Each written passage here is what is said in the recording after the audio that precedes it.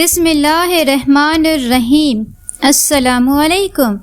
آج سے سینکڑوں برس پہلے عرب کے ایک قبیلے تے میں حاتم نامی شخص پیدا ہوا۔ وہ اتنا سخی تھا کہ اس کی سخاوت کے قصے دنیا بھر میں مشہور ہوئے۔ اس کے دروازے پر جو شخص بھی آیا اپنی ضرورت پوری کر کے گیا۔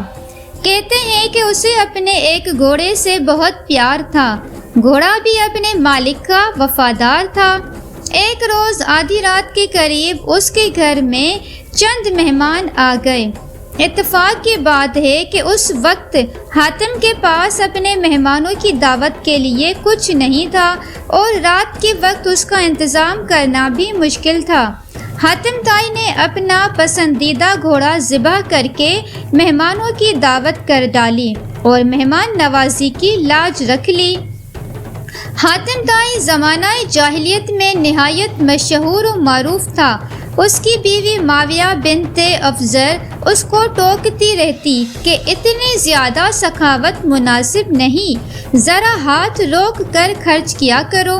اس کے احتجاج و اعتراض کا حاتم تائی پر کوئی اثر نہیں ہوتا تھا۔ وہ اس کی جلی کٹی سنتا ضرور تھا مگر مرضی اپنی کرتا تھا۔ اس کے پاس دور دور سے لوگ ملنے آتے تھے، اس کی مہمان نوازی سے لطف اندوز ہوتے اور دعائیں دیتے ہوئے جاتے۔ معاویہ کا ایک چچا زاد تھا جس کا نام مالک تھا۔ وہ معاویہ کو پسند کرتا تھا۔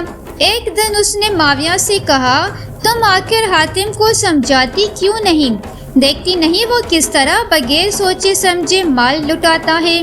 اس کے پاس کتنا ہی قیمتی مال کیوں نہ ہو، جب تک وہ اسے خرچ نہ کر لے اسے چین نہیں آتا۔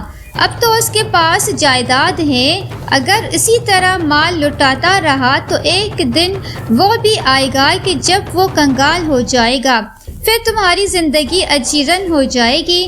اگر اچانک یہ مر جائے تو سوچو تمہارا کیا بنے گا؟ تمہارے بچے بھوکے اور بے یارو مددگار رہ جائیں گے۔ معاویہ نے مالک کی بات کی تصدیق کی اور اسے سراہا۔ تم واقعی میری خیر خواہ ہو، مگر میں کیا کر سکتی ہوں؟ مالک نے اسے ورگلایا۔ اگر تم حاتم سے طلاق لے لو تو میں تم سے شادی کر لوں گا۔ میں مالی طور پر حاتم سے زیادہ مستحق ہوں، مالدار ہوں اور صاحب جائیداد ہوں۔ میرے ساتھ تمہیں کوئی پریشانی نہیں ہوگی۔ یہ اسلام سے پہلے کا دور تھا۔ اس دور میں عورتوں کا اپنے خاوند سے طلاق لینے کا طریقہ یہ تھا کہ عورت جانوروں کے بالوں سے بنے خیمے میں بیٹھ جاتی۔ اگر اس کا گھر کا دروازہ مشرق کی طرف ہوتا تو وہ خیمے کا دروازہ مغرب کی طرف کر لیتی، اور اگر مغرب کی طرف ہوتا تو مشرق کی طرف پھیر دیتی۔ یہ گویا اعلان تھا کہ عورت اپنے خاوند کے ساتھ نہیں رہنا چاہتی۔ معاویہ اپنے چچا زاد کی چکنی چپڑی باتوں میں آ گئی اور آخر کار اس نے خیمے کے دروازے کا رخ بدل لیا۔ حاتم گھر آیا تو دیکھا کہ دروازے کا رخ بدلا ہوا ہے۔ اسے سمجھ میں آ گئی کہ معاویہ اس کے ساتھ نہیں رہنا چاہتی۔ اس نے اپنے بیٹے عدی کو بلایا اور کہا، دیکھو تمہاری ماں نے کیا کیا ہے۔ عدی نے کہا، میں نے بھی دیکھ تو لیا ہے مگر میں بھی کیا کر سکتا ہوں۔ حاتم نے اپنے بیٹے کا ہاتھ پکڑا اور تھوڑی دور ایک وادی میں جا کر سکونت اختیار کر لی۔ اسی دوران 50 افراد پر مشتمل ایک قافلے کی حسب معمول حاتم کے گھر کے آگے آ کر پڑاؤ ڈالا۔ مہمانوں کا قافلہ دیکھ کر معاویہ کے پاؤں تلے سے زمین نکل گئی۔ اس نے اپنی کنیز کو بلوایا اور کہا کہ میرے چچا زاد بھائی مالک کو مہمانوں کا بتاؤ۔ اس سے کہو کہ ان کے لیے دودھ اور کھانے پینے کا سامان فوراً بھجوائے۔ آخر مہمان نوازی تو کرنی ہوگی۔ کنیز سوچ رہی تھی کہ آج لوگ حاتم کا مقام جان لیں گے، یقیناً آج کی رات فیصلہ کن ہے۔ کنیز مالک کے پاس گئی اور معاویہ کا پیغام دیا۔ پیغام سنتے ہی مالک نے اپنا سر پیٹنا شروع کر دیا، اپنی داڑھی نوچی اور کہا کہ جاؤ معاویہ کو میرا سلام کہو اور یہ کہو کہ اسی مہمان نوازی اور اسراف کی وجہ سے ہی تو میں نے تمہیں حاتم سے طلاق لینے کا مشورہ دیا تھا، اب مجھے اس مصیبت میں پھنسانا چاہتی ہو۔ میں باز آیا ایسی سخاوت اور مہمان نوازی سے۔ ایک ساتھ 50 آدمیوں کی مہمان نوازی میرے بس کی بات نہیں۔ کنیز نے آ کر معاویہ کے سامنے مالک کے الفاظ دہرا دیے۔ معاویہ کو یہ جواب اچھا نہ لگا۔ گھر میں مہمان بیٹھے تھے، آخر وہ حاتم طائی کی بیوی تھی، اس کے گھر میں ہر وقت مہمانوں کا میلہ لگا ہوتا تھا۔ اس نے اپنی کنیز سے کہا کہ جاؤ، حاتم طائی اتنا دور نہیں، قریب ہی وادی میں ٹھہرا ہوا ہے، اسے بتاؤ کہ تمہارے گھر میں مہمان بھوکے پیاسے بیٹھے ہیں، ان کے کھانے کا بندوبست کرو۔ کنیز بھاگتی ہوئی وادی کی طرف گئی، دور سے حاتم طائی کو پکارا، مہمانوں کی خبر دی۔ اس نے کہا، اہلا و سہلا، مہمان کو خوش آمدید۔ وہ بھاگتا ہوا اونٹوں کے باڑے میں آیا اور 2 اونٹ کھول کر خیمے کے پاس لایا اور ان کی پچھلی ٹانگوں کے گھٹنے کاٹ ڈالے۔ اس دور میں ذبح کرنے کا یہی طریقہ تھا۔ معاویہ نے دیکھا تو زور زور سے چلانے لگی کہ یہ تم کیا کر رہے ہو؟ میں نے اسی وجہ سے تو تم سے جدائی اختیار کی تھی، یہ اونٹ میری اولاد کے لیے چھوڑ دو، مہمانوں کی خدمت کسی اور طریقے سے بھی ہو سکتی ہے۔ حاتم طائی نے جواب دیا، معاویہ تیرا ستیہ ناش ہو، جس ذات نے ان مہمانوں کو، تیری اولاد کو اور ساری مخلوق کو پیدا کیا ہے، وہی ان کا روزی رساں بھی ہے، تم فکر کرنے والی کون ہوتی ہو؟ حاتم طائی کے دور میں ایک بادشاہ نوفل حکومت کرتا تھا، وہ حاتم کی شہرت سے چلتا تھا۔ ایک دن وہ بہت بڑے لشکر کے ساتھ حاتم طائی پر حملہ کرنے چلا۔ جب حاتم طائی کو پتہ چلا تو اس نے سوچا کہ میری وجہ سے بہت سے آدمی مارے جائیں گے اور بڑی خون ریزی ہوگی، ان سب کا عذاب مجھ پر ہوگا، اس لیے حاتم طائی وہاں سے بھاگ کھڑا ہوا اور غار میں جا کر چھپ گیا۔ جب حاتم کے غائب ہونے کی اطلاع نوفل کو ملی تو اس نے حاتم کی تمام جائیداد اور اس کے قیمتی گھوڑے قبضے میں لے لیے۔ اس نے یہ اعلان بھی کر دیا کہ جو شخص حاتم کو گرفتار کر کے میرے پاس لائے گا اسے منہ مانگا انعام دیا جائے گا۔ یہ اعلان سن کر لالچی لوگوں نے اپنی قسمت آزمانے کا فیصلہ کیا اور حاتم کی تلاش شروع کر دی، لیکن وہ سب ناکام رہے۔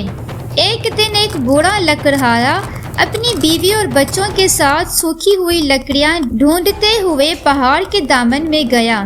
وہیں ایک غار میں حاتم چھپا ہوا تھا۔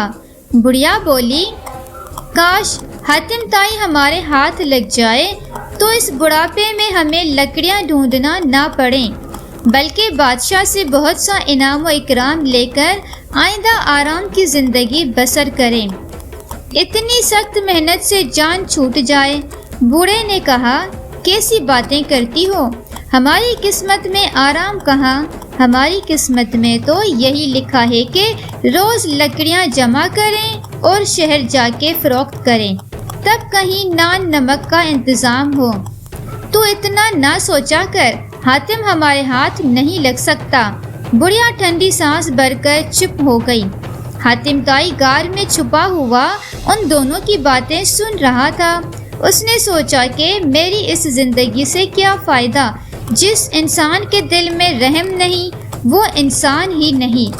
حاتم غار سے باہر آ گیا اور بوڑھے لکڑہارے اور بڑھیا سے مخاطب ہو کر بولا، تم لوگ مجھے نوفل بادشاہ کے پاس لے چلو اور اپنا انعام پاؤ تاکہ تمہاری آئندہ زندگی آرام سے گزرے۔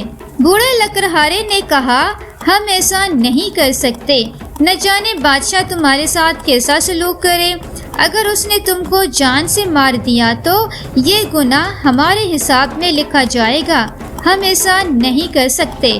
حاتم نے کہا، تم لوگ ایسا نہیں کر سکتے تو میں بادشاہ کے پاس جاتا ہوں، وہاں جا کر کہوں گا کہ مجھے گرفتار کر لو اور ان دونوں نے مجھے تلاش کیا ہے، انہیں انعام دو۔